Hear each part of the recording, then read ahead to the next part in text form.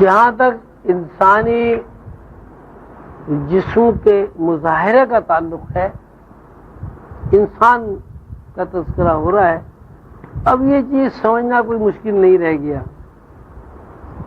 اب یہ ہر پڑھا لکھا آدمی اس بات کو جان گیا ہے کہ گوشت پوش کا جسم جو ہے وہ اس کی کوئی اپنی ذاتی کوئی حیثیت نہیں ہے۔ اصل حیثیت جو ہے وہ اس گوشت پوش کے اوپر ایک اور آدمی ہے جس کو حضور قلندر بابا اور رحمۃ اللہ علیہ نے نسمہ کہا ہے، اس کی حیثیت ہے۔ نسمہ جو ہے وہ روشنی سے مرکب ہے۔ اب آپ دیکھتے ہیں ٹی وی اسٹیشن سے کوئی ایک پروگرام چلتا ہے، ایک آدمی وہاں بیٹھا ہوا ہے کیمرے کے سامنے، اور وہ ہزاروں ہزاروں میل دور اسکرین پر آپ کو نظر آتا ہے۔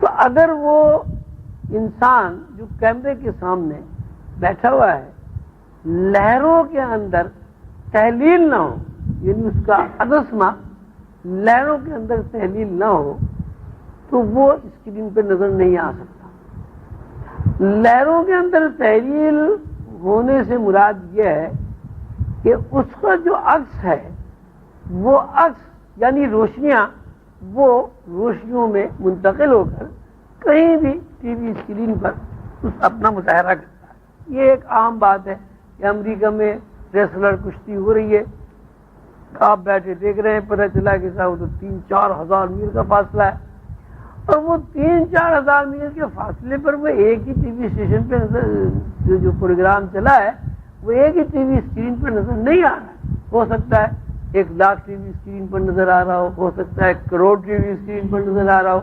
تو اس مطلب ہے اب یہ سائنس نے ثابت کر دیا کہ انسان کی جو اصل ہے، یعنی جو روشنی کا بنا ہوا انسان ہے، وہ منتقل ہو سکتا ہے ایک جگہ سے دوسری جگہ۔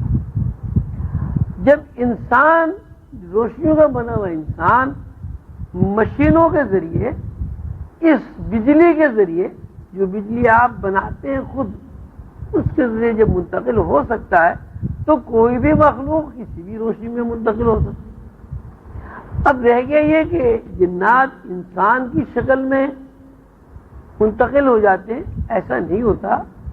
انسان وہی جنات کو دیکھ سکتا ہے جو نسمہ مفرد سے واقف ہو یا نسمہ مفرد کی مخلوق کو دیکھ سکتا ہو۔ جس طرح انسان نسمہ مفرد سے واقف انسان جنات کو، فرشتوں کو دیکھتے ہیں، اسی طرح جنات اگر نسمہ مفرد سے واقف ہیں، روشنیوں سے واقف ہیں، قانون سے واقف ہیں، تو وہ بھی انسانوں کو دیکھتے ہیں۔ اب یہ کہ صورت شکل بدلنا جنات کے ساتھ بھی مخصوص ہے، فرشتوں کے ساتھ بھی مخصوص ہے۔ کئی مرتبہ ایسا ہوا کہ حضور پاک صلی اللہ علیہ وسلم کے پاس حضرت جبریل تشریف لائے بالکل انسانی شکل میں۔ جب وہ تشریف لے گئے تو حضور نے فرمایا کہ بھئی بھائی جبریل تھے اور مجھے تعلیم کر رہے تھے۔ تو اصل میں یہ وہ فارمولہ، جس فارمولے سے تخلیق ہو رہی ہے، جب اس فارمولے سے آپ واقف ہو جاتا ہے کوئی بندہ تو اس کو ماہیت قلب کہتے ہیں۔ تو ماہیت قلب میں کوئی مشکل پیش نہیں آتی۔ بالکل ایسی بات ہے کہ آپ انجینئر ہیں، آپ کو ایک فارمولہ معلوم ہے کسی مشینری بنانے کا، مشین بنا لیں۔ آپ کیمسٹ ہیں، آپ کو دوائیوں کا فارمولہ معلوم ہے، آپ نئی سے نئی دوا بنا لیں گے۔ آپ کیمسٹری جانتے ہیں تو آپ بہت ساری گیسز سے نئی نئی چیزیں روزانہ بناتے ہیں، روزانہ تخلیق ہوتی ہے۔ تو یہ ایک علم ہے، جو بھی علم کو جانے گا، چاہے وہ جنات جانتے ہوں یا انسان جانتے ہوں، تو وہ اس میں عمل درآمد کر لیتے ہیں۔ تو ہر جن کو یہ قدرت حاصل نہیں ہوتی کہ وہ ماہیت قلب کر لے۔ روحانی جو لوگ جنات ہوتے ہیں وہ ماہیت قلب جو ہے وہ کر لیتے ہیں۔ اب رہ گیا یہ سوال کہ بھئی جنات حلول کر جاتے ہیں، جیسے آپ نے دیکھا ہوگا کہ صاحب وہ جن آ گیا، جو بھوت آ گیا، بڑے حضرت جی کی سواری آ گئی، ماموں والا بخش آ گیا، فلاں آ گیا، یہ آ گیا، وہ آ گیا۔ وہ بھی اصل میں یہی ہے کہ انسان کا شعور کمزور ہو جاتا ہے اور اتنا زیادہ کمزور ہو جاتا ہے کہ لاشعوری واردات و کیفیات کو شعور پوری طرح قبول کر کے ان کو ڈسپلے نہیں کر سکتا.